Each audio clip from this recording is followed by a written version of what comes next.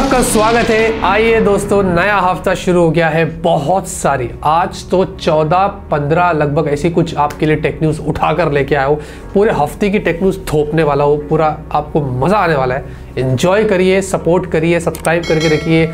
हम दोस्तों बहुत स्लो आगे बढ़ रहे हैं, हम काम बहुत कर रहे हैं आपके लिए, अलग अलग अनबॉक्सिंग्स लेके आ रहे हैं, बहुत कोशिश कर रहे हैं कि कुछ करें आप लोगों के लिए। अलग अलग तरीके की वीडियोस बनाकर ऑलरेडी शूट करके रखा हुआ है, जो हम धीरे धीरे टाइम टू टाइम उसको अपलोड करेंगे ताकि आपको देखने में कुछ अलग मिले। स्टूडियो चेंज करते रहते, हर 6-6 महीने में कुछ अलग करते हैं, बट यूट्यूब की तरफ से हमें कोई ग्रोथ मिलता ही नहीं।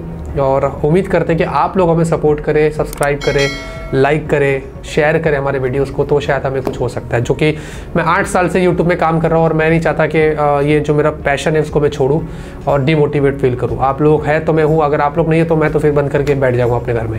एनीवेज दोस्तों, बहुत इमोशनल बातें होगी, आगे बढ़ते हैं। गर्मा गर्म खबरें, आपको बड़ा मजा आएगा। लाइक करिए खूब सारे और फटाफट से आज की टेक न्यूज़ शुरू करते हैं।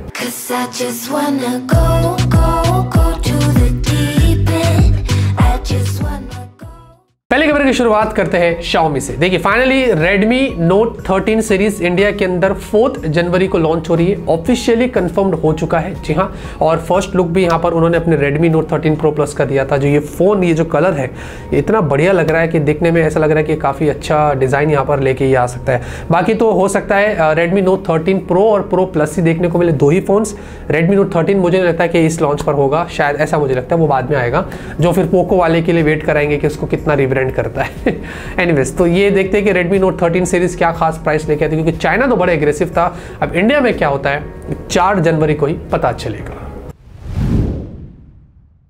नथिंग फोन 2A, जी हाँ, ये स्मार्टफोन के चर्चे काफ़ी हो रहे हैं। नथिंग की तरफ से तो वैसे कोई ऑफिशियल कंफर्मेशन नहीं आई है, कोई हिंट भी नहीं आया, लेकिन काफ़ी सारे लीक्स और रूमर्स बाहर निकल कर आ रहे हैं। अब यहाँ पर इंडिया के अंदर ट्विटर के ऊपर सुधांशु अंबोरे जो है, उन्होंने एक ट्वीट करके इसके कुछ वीडियोस बताए हैं, जो देखकर ऐसा लग रहा है कि भाई शायद ये नथिंग फोन 2A हो सकता है।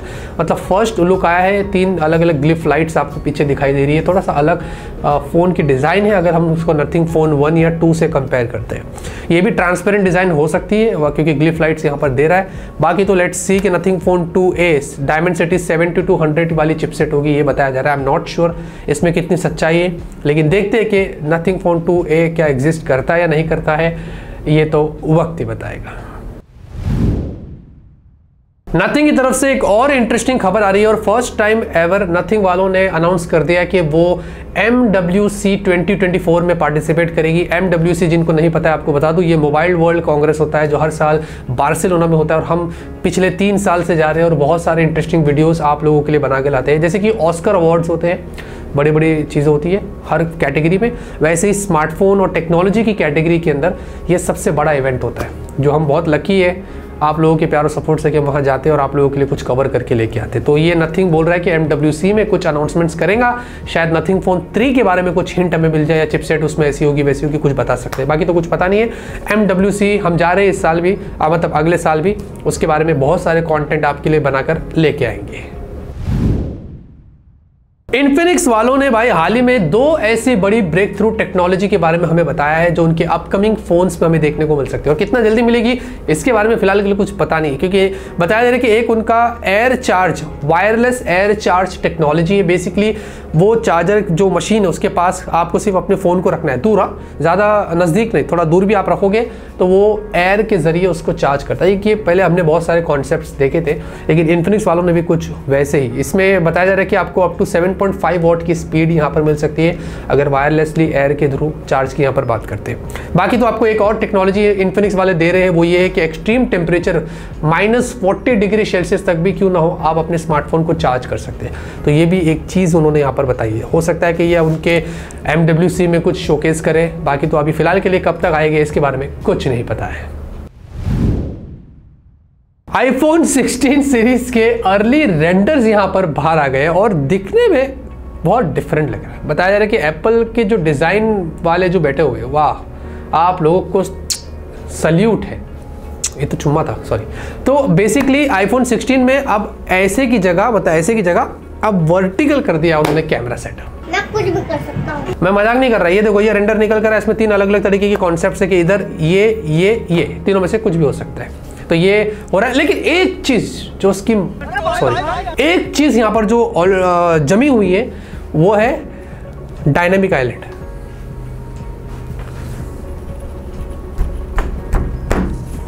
नहीं, ये हम यहाँ पे क्या करने हैं?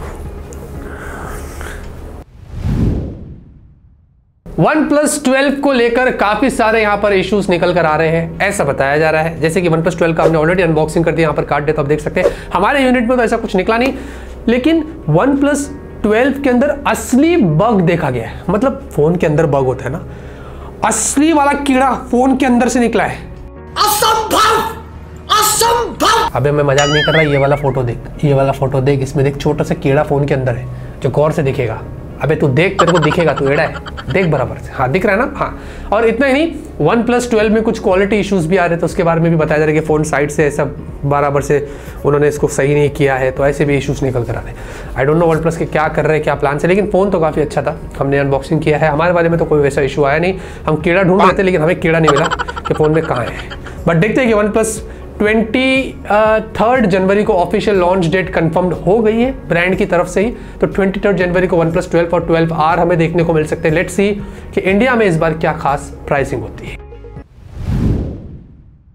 सैमसंग और TSMC के बीच में बड़ी जंग यहां पर छिड़ चुकी है और बताया जा रहा है कि दोनों ही अपने 2 नैनोमीटर प्रोसेस पर काम करने की तैयारी कर रहे हैं और 2025 में हमें 2 nm वाले चिपसेट्स देखने को मिल सकते हैं। इसमें सैमसंग बताया जा रहा है कि रेस को जीत सकता है, जो TSMC को पीछे छोड़ देगा। अगर 2 nm चिपसेट्स की बात करते हैं, सैमसंग अपने एक्जिनोस चिपसेट्स ला सकता है उससे पहले। बट मुझे लगता है कि सैमसंग अपने एक्जिनोस पर और काम करना पड़ेगा, जहां तक ऐसा मेरा मानना है। बाकी लेट्स सी कि कौन क्या करता है, इससे हमें घंटा फर्क नहीं पड़ता है, बस हमें तो भाई जल्दी आ जाए और अच्छा परफॉर्म करे, इससे मतलब है। Realme 12 सीरीज को लेकर काफी अच्छी इंफॉर्मेशन यहां पर निकल कर आई है। बताया जा रहा है कि ये जो स्मार्टफोन है इस साल की एंड में ही अनाउंसमेंट हो सकती है, ऐसा डिजिटल चैट स्टेशन ने यहां पर बताया है, जो आप यहां पर देख सकते हैं। बाकी तो कितनी सच्चाई है इसमें, इसके बारे में मैं ज़्यादा कुछ बता नहीं सकता हूँ। रूमर्स ये भी बोलते हैं कि भाई फरवरी के अंदर Realme 12 सीरीज हमें देखने को मिल सकती है। Let's see, let's hope for the best. Redmi वाले तो आ रहे हैं, अब Realme वाले कितना जल्दी आते हैं और क्या खास करते हैं, ये तो हमें इस साल की एंड या इधर फरवरी में ही पता चलेगा। iQOO 9 सीरीज को लेकर एक अच्छी खबर निकल कर आई है और बताया जा रहा है कि iQOO 9 सीरीज जो है वो दिसंबर 27 इसी महीने दोस्तों चाइना में लॉन्च होने वाली है। यस, अगर जो लोग इंतजार कर रहे थे उनके लिए अच्छी खबर है कि iQOO 9 सीरीज जल्दी आ रही है और इनमें 2 फोन्स हो सकते हैं, iQOO 9 और 9 Pro। Let's see, let's hope for the best कि iQOO वाले इस बार क्या खास कहते हैं और इंडिया में कितना जल्दी आते हैं, उसका इंतजार है। टाटा की तरफ से काफी बड़ी खबर आ रही है। लेजेंडरी टाटा जो है वो बताया जा रहा है कि वो और भी नए मैन्युफैक्चरिंग प्लांट्स तमिलनाडु के अंदर सेटअप करने की प्लान कर रहा है आईफोन्स को मैन्युफैक्चर करने के लिए, जिसमें हर साल बताया जा रहा है कि एप्पल जो है वो 50 million, 1 million 10 lakh, 10 million 1 crore और 10 मिलियन 50 मिलियन 5 करोड़। हाँ, मेरा कैलकुलेशन बहुत खराब है। तो 5 करोड़ स्मार्टफोन एप्पल हर साल इंडिया में यहाँ पर बनाएगा और उसमें टाटा वाले का बहुत बड़ा हाथ होगा। मतलब 50,000 वर्कर्स को काम भी दिया जाएगा, ऐसा भी बताया जा रहा है, विच इज़ गुड कि बहुत अच्छा इनिशिएटिव यहाँ पर ये लोग ले रहे हैं कि मेड इन इंडिया के बारे में बहुत ज़्यादा सोच रहे हैं। अब देखते हैं कि इसमें इनको कितना सक्सेस मिलता है।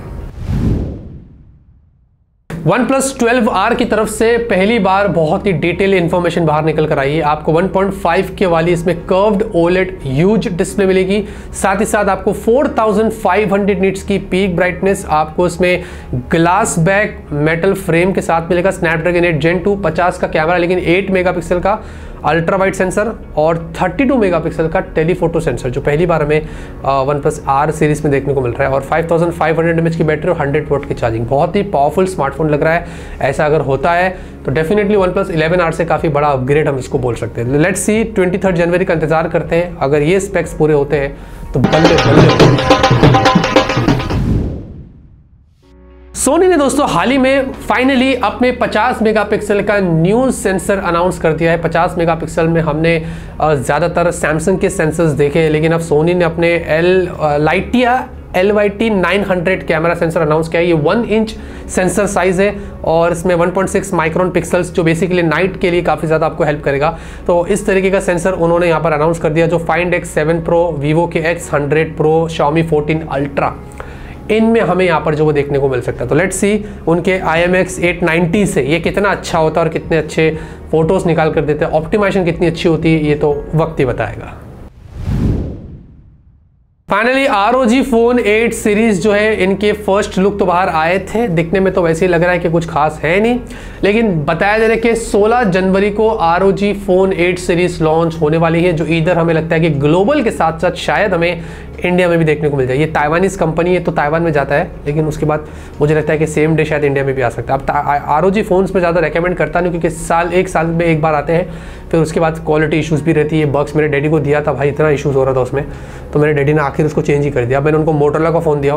अब देखते हैं कि मोटरोला उनका कितना साथ देता है। रियल रिव्यू चाहिए होता है ना अपने पेरेंट्स को फ़ोन दे देने का, एक महीने बाद पूछने का क्या हुआ, सब पता चल जाएगा। डील की बात करते हैं, अगर आपको एक बढ़िया सा TWS चाहिए तो बोट का ये वाला अवेलेबल है। इसमें कमाल के फीचर्स आपको मिलते हैं, बहुत सारे इंटरेस्टिंग फीचर्स है। 1700-1800 रुपये के आसपास इसकी प्राइस है। अगर आपकी बजट है और आपको लेना है तो डिस्क्रिप्शन में लिंक मिल जाएगी। गेमिंग की बात करते हैं, बताया जा रहा है कि सोनी की तरफ से PlayStation 5 Pro की तैयारी यहाँ पर की जा रही है। जी हाँ, PS5 Pro, PS5 वैसे इतना पावरफुल है, मैं खुद यूज़ करता है। अब PS5 Pro आ रहा है, मेरे को लगता है उसमें फिर शायद GTA 6 कमाल की चलेगी, ऐसा लगता है, क्योंकि GTA 6 भाई फुल एकदम खतरनाक गेम लग रही है। तो यहाँ पर ये आने वाला है, इसकी इन्फॉर्मेशन थोड़ी बहुत निकल कर आई थी। जो चिपसेट की इन्फॉर्मेशन है, GPU की इन्फॉर्मेशन थोड़ी बताई जा रही है। लेट्स सी कि भाई ये वाकई में होता नहीं होता और कितना जल्दी आता है। 2024 टेक्नोलॉजी में बहुत एडवांस होने वाला है, ऐसा बोला जा रहा है। लेट्स सी कि 2024 वाकई में ऐसा होता है या नहीं होता है। क्या आपको पता है दोस्तों, अमेरिका के अंदर एक ऐसा हाईवे है, एक ऐसा रोड है जिसको डेथ वैली बोला जाता है, इसलिए क्योंकि 200 किलोमीटर तक वो सीधा ही है, इसमें कोई लेफ्ट और राइट टर्न नहीं होता। साला एक बार घुस गया तो सोचेगा मैं कहाँ आ गया, मेरे को घर जाना है, मुझे अपने घर जाना है मुझे घर जाना है, ऐसा फील आएगा। आज की न्यूज़ खत्म होती है। मैं करता हूँ कि आज की पसंद आएगी, लाइक करिए। तब तक के लिए ऑलवेज कीप स्माइलिंग।